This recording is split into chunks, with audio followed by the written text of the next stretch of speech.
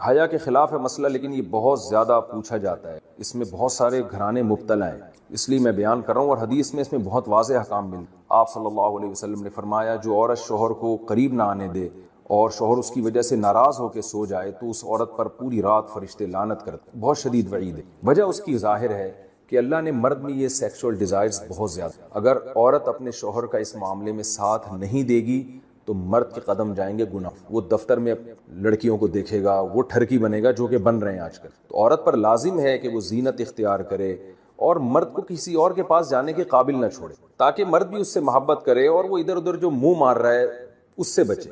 دیکھیں یورپ میں تو اس کو جرم سمجھا جاتا ہے کہ بیوی کی پرمیشن کے بغیر شوہر اس کے پاس چلا، وہ جرم سمجھتے ہیں۔ وجہ اس کی ہے کہ ان کے ہاں بے حیائی کو اتنا بڑا جرم ہی نہیں ہے، وہ اگر مرد کل دن میں کسی اور کے پاس چلا جائے تو وہ اس کو اتنا سیریس نہیں لیتے۔ اسلام میں تو یہ بہت بڑا جرم ہے کہ آپ کے لیے اللہ نے جس زوجہ کو بنایا آپ اس کے علاوہ کسی اور کے پاس کیوں جا رہے ہیں۔ تو یہ حکمت اس وقت تک حاصل نہیں ہو سکتی جب کہ عورت اس میں اپنے مفاد پر شوہر کے مفاد اور شریعت کے مفاد کو ترجیح نہ دے۔ تو جب تک عورت کو کوئی بیماری نہ ہو، ہاں بیماری ہے تو ایک الگ بات ہے، عورت اگر بیمار نہ ہو تو اس کے لیے جائز نہیں ہے کہ وہ اپنے شوہر کو اپنے قریب آنے سے روک دے۔ تو اصل مسئلہ تو یہی ہے، لیکن شوہر کو بھی بہرحال یہ چاہیے کہ اگر اس پہ بہت زیادہ غلبہ نہیں ہے اور اسے گناہ کا خطرہ نہیں ہے اور وہ یہ سمجھ رہا ہے کہ زوجہ کام کاج کی وجہ سے بہت زیادہ تھک گئی ہے، اس کی نیند میں بہت خرابی ہوگی، تو شوہر کے لیے بہرحال اخلاقیات کا تقاضا یہ ہے کہ کہیں بھاگی نہیں جا رہی ہے، زندگی بھر آپ کے ساتھ ہی ہے، تو تھوڑا سا اپنی خواہش کو آپ کنٹرول کر لیں۔ اخلاقیات کا تقاضا ہے۔ قانون تو ایسے موقع پہ شوہر کا ساتھ دے گا، اسلامی قانون عورت کو برا کہے گا، لیکن اخلاقیات بھی کوئی چیز ہوتی ہیں، بھئی آج کے بجائے صبر کر لو تو اور اپنے آپ کو کنٹرول کر لو۔ تو کبھی کبھار اگر ایسا ہوتا ہے تو شوہر کو چاہیے کہ وہ اخلاقیات کا مظاہرہ کرے اور بیوی کو مجبور نہ کرے، لیکن بہرحال قانون یہی ہے کہ عورت کے لیے اپنے آپ کو روکنا جائز نہیں ہے، کیونکہ اس میں عورت کا کوئی خاص نقصان بھی نہیں ہوتا، انرجی تو مرد کی یوٹیلائز ہوتی ہے بہت زیادہ۔ تو عورت جس کا زیادہ نقصان نہیں ہو رہا اور مرد جس کا بیڑا غرق ہونے کا خطرہ ہے، اس کی نیند خراب ہو سکتی ہے رات کی اور پھر اگلے دن اس کو گناہ کا خطرہ ہے۔ جب انسان کی ڈیزائرز پوری نہیں ہوتی وہ تو بعض دفعہ درندہ بن جاتا ہے۔ یہ جو آج کل اتنے واقعات ہو رہے ہیں ریپ کے، شروع کہتے بھائی وہ میرے پاس آتے ہیں کہ صبح شام کہ بیگم صاحبہ یہ بھی نہیں کرتی، یہ بھی نہیں کرتی، یہ بھی نہیں کرتی، یہ بھی نہیں کرتی، یہ بات بھی نہیں مانتی، جب چاہیں پرس اٹھا کے گھر سے باہر بھی چلی جاتی ہیں، نہ ابا کی خدمت نہ اماں کی خدمت، کچھ بھی نہیں مان رہی، ایک کسی چیز میں شوہر کو فالو نہیں کر رہی۔ میں کہتا ہوں بھائی جان چھڑاؤ، تم نے اگر خالی ثواب کے لیے کسی عورت پہ خرچ کرنا ہے تو عیدی سینٹر میں بہت ساری بیوہ عورتیں ہیں جن کو تم جا کے کھلا دیا کرو، جب کسی کام کی نہیں ہے۔ اسی طرح میاں بھی اگر وہ خرچہ نہیں اٹھا رہا، گھر کا کرایہ بھی نہیں دے رہا، بچوں کے اسکول کی فیسیں بھی نہیں دے رہا، علاج معالجے کے پیسے بھی نہیں دے رہا، میاں فوراً سے پہلے بدل لو بھائی۔ ہم تو یہی کہتے ہیں لوگوں، ایسے میاں کی اطاعت کر کے خامخواہ میں اگر ثواب ہی حاصل کرنا ہے تو اتنی خدمت اپنے ابا کی کر کے وہ بھی تو ثواب ہے نا۔ رہنے تو نہیں سمجھ میں آ رہا تو رہنے۔ وہ میں اکثر خلا کا واقعہ بیان کرتا ہوں نا، دور نبوی میں خلا ہوا تھا، جمیلہ بنت ثابت انصاری رضی اللہ تعالی عنہا رسول اللہ صلی اللہ علیہ وسلم کے پاس آئیں، صحیح بخاری کی حدیث ہے۔ شادی ہوئی، پہلے اپنے میاں کو دیکھا نہیں تھا انہوں نے، جب پہلی رات میں میاں کو دیکھا تو ان کو اندازہ ہو گیا کہ بھئی یہ تو شکل و صورت کے لحاظ سے میرے لیول کے بالکل بھی نہیں ہے۔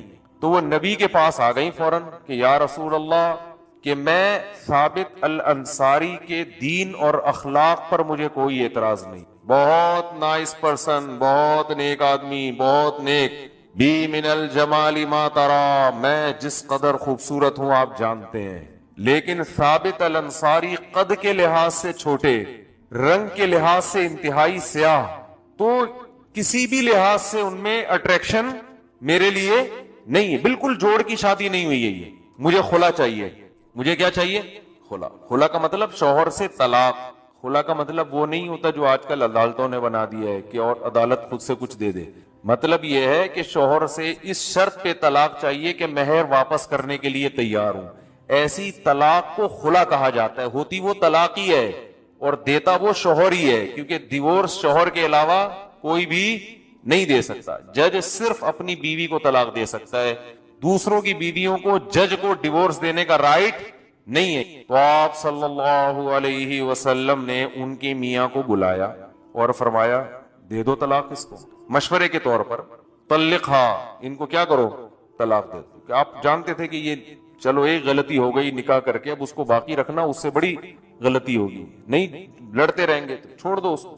اس سے بھی پتہ چلتا ہے کہ ہمارے معاشرے میں جو طلاق کو بہت معیوب سمجھا جاتا ہے نا, طلاق معیوب ہے اتنی نہیں ہے جتنی یہ سمجھا جاتا ہے. نہیں, ایک سر پٹول رہے ہیں تو چھوڑو یار, تمیز سے علیحدگی اختیار کر دو. اتنا زیادہ نہیں, ہندوؤں کی طرح نہیں ہے کہ آسمانوں پہ جوڑے بنتے ہیں تو وہ ایلفی سے چپک گئے ہیں. اب حقیقت ہے یہ تو ہندو عیسائیوں کی باتیں ہیں جو گراؤنڈ ریئلٹی سے ہٹ کر ہوتی ہیں کہ جوڑے آسمانوں پہ بنتے ہیں, وہ بن گئے.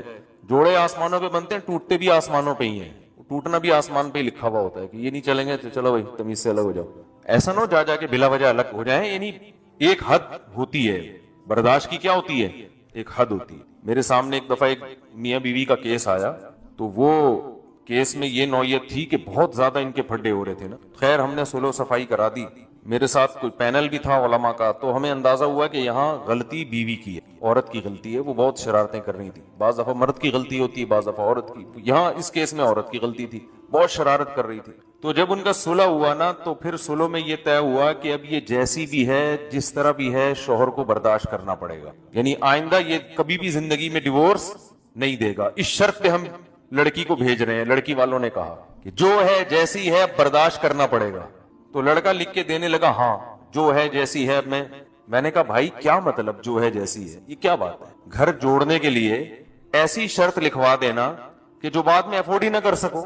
آپ بولو میں برداشت کروں گا جس حد تک برداشت کر سکا, بات پہ نہ ڈیورس کی دھمکی دوں گا نہ کوئی اور ایسی, لیکن ایک لمٹ ہے, اس لمٹ کو اگر کراس کیا تو نہیں چلے گا. بس خام خواہ کہ انہوں نے یہ بلا وجہ کی فضول قسم کی باتیں کہ نہیں بھی جو ہے جیسا ہے, بس نہیں جو ہے جیسا ہے. کیوں بھائی جو ہے جیسا ہے؟ دنیا میں کہیں بھی ایسا نہیں ہوتا.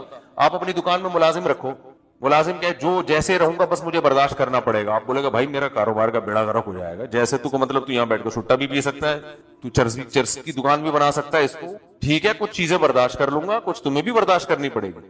تو اسی طرح مرد کا معاملہ بھی ہے, جو میں بار بار ان مضامین کو ریپیٹ اس لیے کرتا ہوں کہ کھوپڑی میں بیٹھ نہیں رہے ہیں. تو اسی طرح شوہر بھی برا ہے, ہم عورتوں کو کہتے ہیں برداشت کرو, لیکن اس کی بھی کیا ہے, یہ نہیں کہ جتنا بھی برا ہو بس گھر جوڑنا ہے. اصل میں تو گھر محبتی سے چلتے ہیں, ایک دوسرے کو جب تک برداشت نہیں کرو گے تو گھر نہیں چلتے. ٹھیک ہے برداشت نہیں کرو گے نہیں چلتے, لیکن برداشت کی بھی ایک لمٹ ہے. کیوں برداشت کریں حد سے زیادہ, کیوں برداشت کریں بھائی؟ کیوں شادی ہم نے برداشت کرنے کے لیے تھوڑی کی ہے, سکون کے لیے کی ہے نا. تو ٹھیک ہے اس سکون میں کچھ چیزیں, ہر دنیا کی ہر نعمت میں کچھ فالٹ بھی ہوتے ہیں, لیکن ہر چیز کی یہ کیا ہوتی ہے, حد ہوتی ہے. اس حد سے آگے میں تو کم از کم برداشت نہیں کر سکوں گا بھائی, جو میں دوسروں کو ایسی ترغیب دوں. ایک چیز لمٹ ہوتی ہے نا, ایک لمٹ کے بعد آدمی کی کھوپڑی گھومنا شروع. کہتے بھائی وہ میرے پاس آتے ہیں کہ صبح شام کہ بیگم صاحبہ یہ بھی نہیں کرتی, یہ بھی نہیں کرتی, یہ بھی نہیں کرتی, یہ بھی نہیں کرتی, یہ بات بھی نہیں مانتی, جب چاہیں پرس اٹھا کے گھر سے باہر بھی چلی جاتی ہیں, نہ ابا کی خدمت نہ اماں کی خدمت, کچھ بھی نہیں مان رہی, ایک کسی چیز میں شوہر کو فالو نہیں کر رہی. میں کہتا ہوں بھائی جان چھڑاؤ, تم نے اگر خالی ثواب کے لیے کسی عورت پہ خرچ کرنا ہے تو ایدی سینٹر میں بہت ساری بیوہ عورتیں ہیں جن کو تم جا کے کھلا دیا کرو, جب کسی کام کی نہیں ہے. اسی طرح میاں بھی اگر وہ خرچہ نہیں اٹھا رہا, گھر کا کرایہ بھی نہیں دے رہا, بچوں کے اسکول کی فیسیں بھی نہیں دے رہا, علاج معالجے کے پیسے بھی نہیں دے رہا, میاں فوراً سے پہلے بدل لو بھائی. ہم تو یہی کہتے ہیں لوگوں, ایسے میاں کی اطاعت کر کے خامخواہ میں اگر ثواب ہی حاصل کرنا ہے تو اتنی خدمت اپنے ابا کی کر کے, وہ بھی تو ثواب ہے نا. رہنے تو نہیں سمجھ میں آ رہا تو رہنے. تو خامخواہ میں پھلترو کی طرح ایک بندے کا نام اپنے ساتھ لگانے کا, جب وہ کوئی سرے سے کوئی حقوق ہی ادا نہیں کر رہا ہے تو پھلترو کی طرح نہیں چیزیں چپک جاتی ہیں آپ کے ساتھ. دیکھا ہوگا نا پھلترو, پتہ ہے کسے کہتے ہیں؟ بعض دفعہ یہ ہوتا ہے, اب تو یہ چیزیں ختم, بچپن میں چیزیں نظر آتی تھی, جیسے سردیوں میں نا چیزیں چپک جاتی ہیں, تو اون جو سویٹر بن رہی ہوتی تھی نا خواتین گھر میں, تو بعض دفعہ اون چپک گیا کپڑے سے, اب وہ دھاگے کی طرح جا رہا ہے, آدمی یوں کر رہا ہے تو شلوار سے چپک گیا, ادھر سے ہٹا رہا ہے اس والے پہ چپک گیا. تو اکثر وہ قمیص کے پیچھے چپکتا تھا, وہ نظر نہیں آتا تھا, پھر تو وہ چپکا رہ جاتا تھا. تو لوگ کہتے تھے کیا یار پھلترو لگا لیے ساتھ میں, جہاں جا رہے ساتھ ساتھ یہ. تو ایسے ہی بعض عورتوں نے پھلترو کی طرح میاں کو اپنے ساتھ چپکایا ہوا ہے, وہ ایک حق بھی کم بخت ادا کرنے کے لیے تیار نہیں ہے. تو بعض نے پھلترو کی طرح بیگم کو چپکایا ہوا ہے, بعض نے پھلترو کی طرح. تو ایک حد ہے برداشت کی بھی. اس کے بعد پھر قرآن کیا کہتا ہے, تمیز سے علیحدگی. تو مجھے ڈر یہ لگتا ہے ایسی باتوں سے خامخواہ میں کی علیحدگیاں نہ شروع ہو جائیں, یہ بھی بہت ڈر لگ رہا ہوتا ہے. سائیڈ افیکٹ بھی بہت ہوتے ہیں اس طرح برملا بات کرنے کے. لوگ بلا وجہ زندگی گزار رہے ہوتے ہیں, برداشت کر کے خامخواہ میں علیحدگی نہ ہو جائیں. تو وہ برداشت اصل ہے لیکن ایک حد تک. اور حد جو میں لوگوں کو بیان کرتا ہوں, شوہر اتنا خراب ہو جائے کہ عورت ذہنی مریضہ بننا شروع ہو جائے, ڈپریشن کی گولیاں کھانا شروع کر دے, تو بس یہ لمٹ کراس ہو گئی. اب کیا ہے, اسٹریس اتنی ہے کہ گولیوں پہ آ گئی ہے. اگر بیوی ساس نے بہو کو اتنی ٹینشن دی ہے کہ اب بہو صاحبہ ڈپریشن کی گولیوں پہ آ گئی ہیں, تو بھائی اب کیا ہونا چاہیے, یہ بہت ہو گئی. کیونکہ اس کی وجہ یہ ہے کہ اب غلطی جس کی بھی ہو, لیکن اب یہ حدود اللہ پر قائم بولو نا نہیں رہ سکتے. اب غلطی میں پڑنا کہ کس کی غلطی تھی, جس کی بھی تھی, بہرحال نقصان تو اس کا ہو گیا نا, تو کیا فائدہ بھائی. میاں کو سمجھانا چاہیے جان چھوڑاؤ, چھوڑ دو اس کو, بشرطے کہ عورت راضی ہو. راضی نہیں ہے تو پھر تو وہ اور سے زیادہ بڑی ٹینشن. دو گولیاں کھا رہی ہے, پتہ چلا طلاق کے بعد 4 گولیاں کھا رہی ہے بیٹھ کے. تو مرد اگر اتنا خراب ہے نا کہ عورت اسٹریس میں آ گئی, ڈپریشن میں آ گئی ہے, تو پھر میری رائے یہ ہے کہ صحت پہلے ہے میاں. کیونکہ تھوڑے دن میں یہ پاگل جب ایک دفعہ اسٹریس اور ڈپریشن کی گولیوں پہ آ جائے نا, اور اصل حل نہ کیا جائے اس اسٹریس کا, تو پھر یہ گولیوں کی تعداد بڑھتی ہی ہے, کم نہیں ہوتی, اور پھر یہ پاگل ہی ہو کے مرے گی بیچاری. حقیقت بتا رہا ہوں میں, یہ پھر پاگل ہونے کے علاوہ اس کا کوئی انجام نہیں ہے. تو پاگل ہونے سے پہلے الگ کر دیا جائے, یہ زیادہ بہتر ہے. آدمی ڈپریشن میں نہیں آتا, آدمی اگر ڈپریشن میں نہیں آتا, وہ اس کی وجہ یہ ہے کہ وہ جو اگر بیوی الٹی سیدھی بھی مل جائے نا, وہ گھر سے باہر نکل جاتا ہے, بھاگ جاتا ہے وہ گھر سے. وہ بیچاری کہاں بھاگ کے جائے گی نا, پھر وہ جا کے دوستوں میں نکال دیتا ہے. بہت سارے آپشن. مرد اتنی جلدی گھریلو حالات کی وجہ سے ڈپریشن میں نہیں آتا, سمجھ رہے ہو. تو اس کے اصول کچھ اور ہیں, ٹھیک ہے. تو خیر بات کہاں سے کہاں چلی گئی. جو میں اصل عرض کر رہا تھا کہ حضرت ثابت رضی اللہ تعالی عنہ کی زوجہ آئیں, یا رسول اللہ میرا ان کے ساتھ گزارا بالکل بھی نہیں ہو سکتا, میں انتہائی خوبصورت عورت ہوں اور یہ انتہائی شکل و صورت کے لحاظ سے کم ہے. لیکن ان کے الفاظ کیا تھے کہ مجھے ان کی دینداری اور ان کے اخلاق پر کوئی اعتراض نہیں ہے. تو نبی نے ان کو کہا کہ دے دو طلاق, انہوں نے دے دی. عقل مند تھے, جانتے تھے کہ گزارا نہیں ہو سکتا, تو خام خام ایسے گھر کو زبردستی گھسیٹنے کا کیا فائدہ. ورنہ مرد ظالم بھی ہوتے ہیں, لٹکا دیتے ہیں, نہیں بھائی بس جیسا تیسا ہے, تو اس میں فائدہ نہیں ہے پھر. تو اس سے کیا پتا چلتا ہے, صحابی رسول ہیں, بیوی کہہ رہی ہے بہت نیک ہیں, لیکن صورت کے اچھے نہیں ہیں. اب ان صحابی کے بعد دنیا میں کتنے حسین لوگ پیدا ہوئے, کتنے خوبصورت لوگ پیدا ہوئے نا 1400 سال کے عرصے میں, لیکن کیا ان میں کوئی حسین اور نورانی چہرے والا ان صحابی کی خاک کے برابر ہو سکتا ہے؟ بولتے کیوں نہیں بھائی.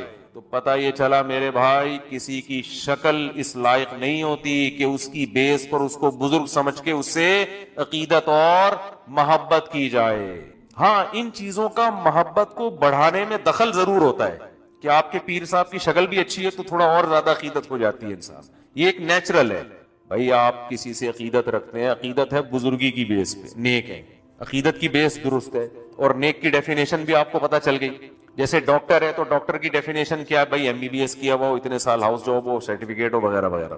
تو بزرگ سے عقیدت ہوتی ہے کس بیس پہ, نیک.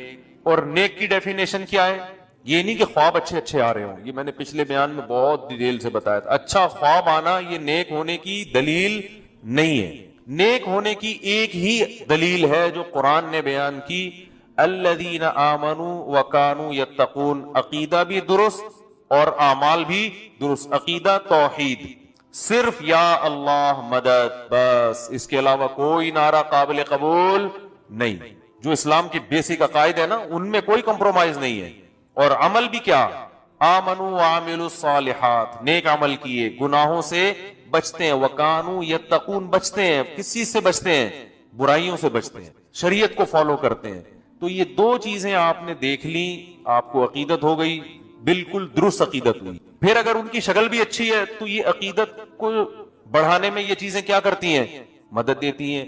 یہی وجہ ہے کہ جتنے پیغمبر دنیا میں آئے سارے خوبصورت تھے. اللہ نے کسی پیغمبر کو بدصورت نہیں بنایا. وجہ کیا تھی کہ خوبصورتی کی وجہ سے نا قوم ان کی طرف مائل ہو, ان کی بات کو ذرا زیادہ شوق سے سنے گی.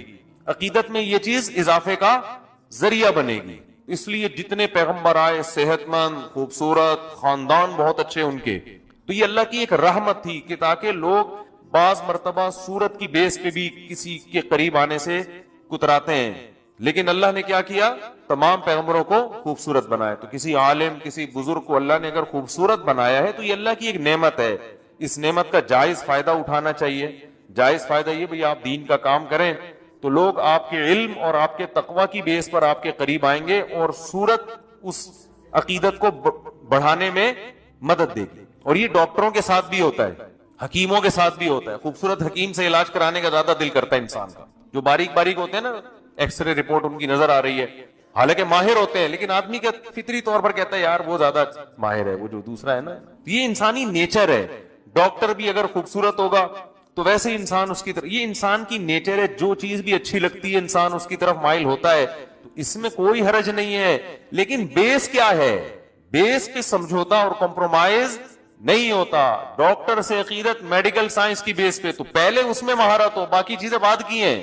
نہیں آ رہی سمجھ میں بات؟ اور اگر ایک ڈاکٹر اپنے فن میں ماہر ہے, شکل کا اچھا نہیں ہے, دوسرا شکل کا اچھا ہے فن میں ماہر نہیں ہے, پھر شکل کے اچھے والے سے علاج کرانا یہ حماقت اور بے وقوفی ہے. تو اسی لیے یاد رکھو کہ کوئی بزرگ شکل کے اچھے نہیں ہیں لیکن اعمال اور تقوی میں اچھے ہیں, اور ایک بزرگ شکل کے اچھے ہیں لیکن تقوی اس لیول کا نہیں ہے. پھر بھی آپ کو اچھی شکل والے سے عقیدت ہو رہی ہے, اس سے نہیں ہو رہی, تو اس کا مطلب اس عقیدت کی بیس تقوی نہیں ہے, اس کی بیس کیا ہے؟ شکل ہے. پھر آپ میں فالٹ ہے یہ.